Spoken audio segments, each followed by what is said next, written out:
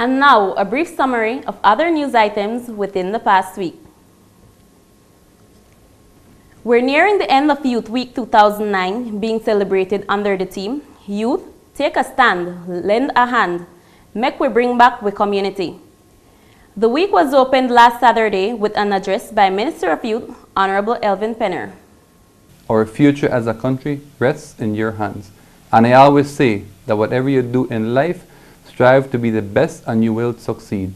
Your parents, your teachers, your family, your community and church groups can all contribute tremendously in the improvement of your future, but they do not run your life. Just remember that you are in control of your future.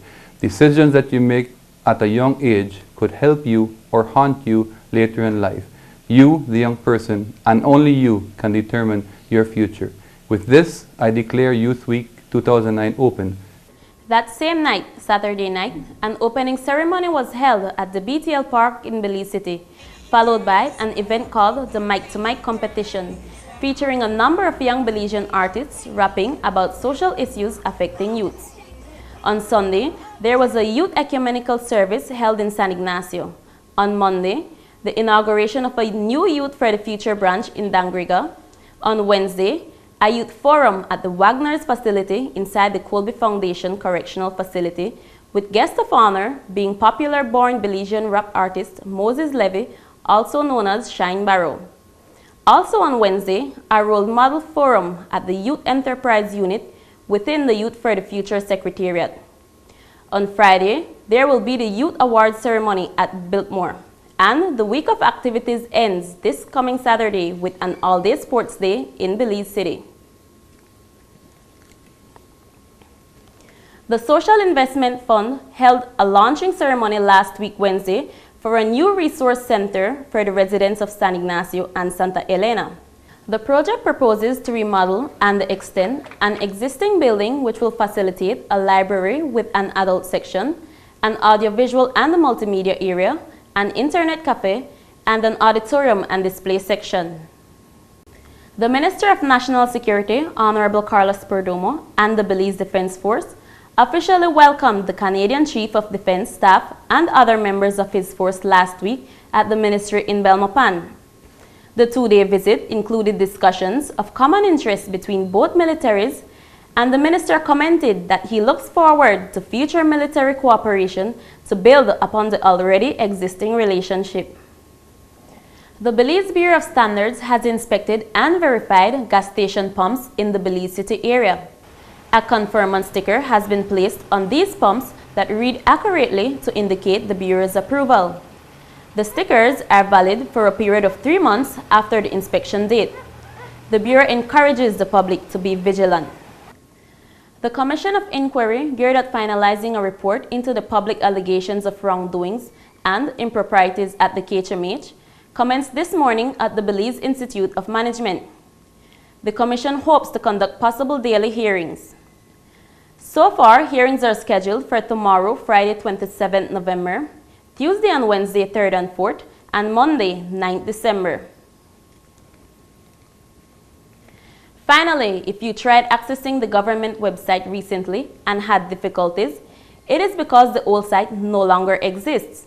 The new Government of Belize website, which was recently launched, can be accessed at www.belize.gov.bz.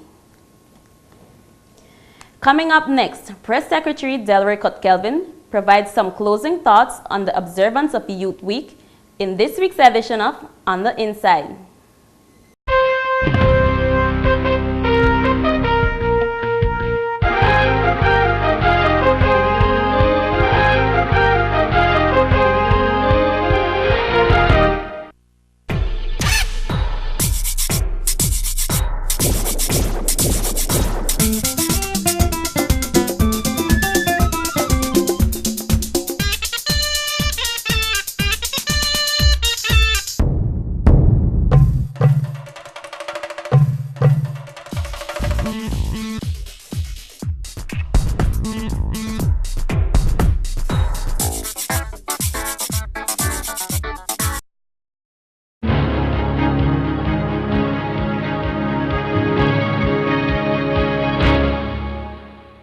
It was a British Prime Minister way back in the 1870s by the name of Benjamin Disraeli who insightfully declared, "The youth of a nation are the trustees of posterity."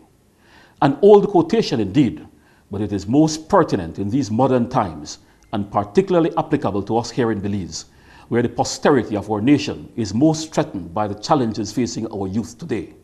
Foremost among those challenges, the culture of crime and violence. It is against the backdrop of this sobering reality that we are observing Youth Week 2009, which opened last Saturday and closes this coming Saturday. It is an unfortunate fact, but a fact nonetheless, that we cannot talk about youth these days without talking about crime and violence. One of Belize's most candid commentators on social issues, Evan Exide, in his book titled Sports, Sin and Subversion, wrote, and we quote, "The energy of young people is excessive, and the younger you are, the more situations you will find yourself in which can lead to trouble." End of quote.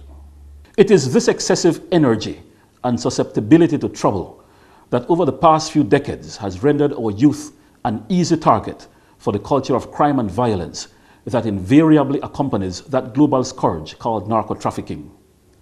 Evan Exide further commentates, and we quote, "In the last 20 years, we've lost a lot of our young boys and young men to crime and violence. The 70s were golden. The 80s became eerie. The 90s were plain crazy." End of quote. Even crazier than the 90s has been the first decade of this new millennium, we might add. In conclusion, Evan Exide sadly remarks, and we quote, "I started this book with the innocence of the 50s and the 60s. Here I am now with a broken heart in the third millennium." End of quote. Now, if we might offer the following commentary of our own.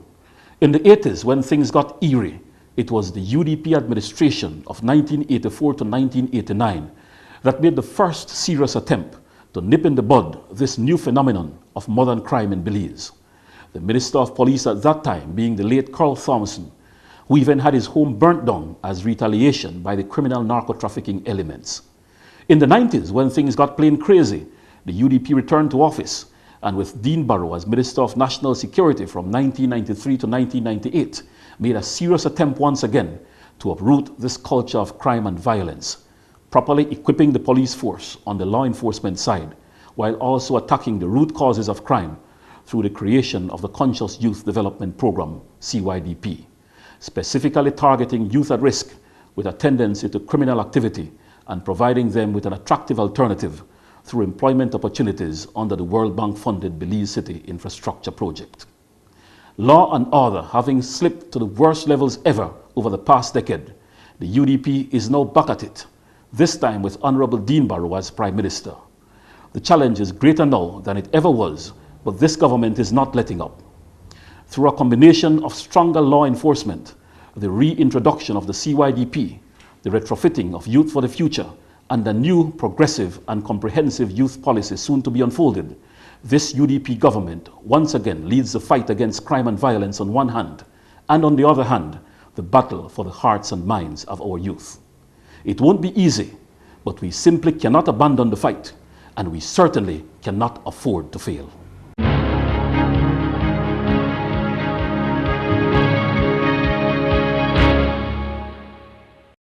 Thank you for tuning in. We will see you next week for another edition of Belmopan Weekly.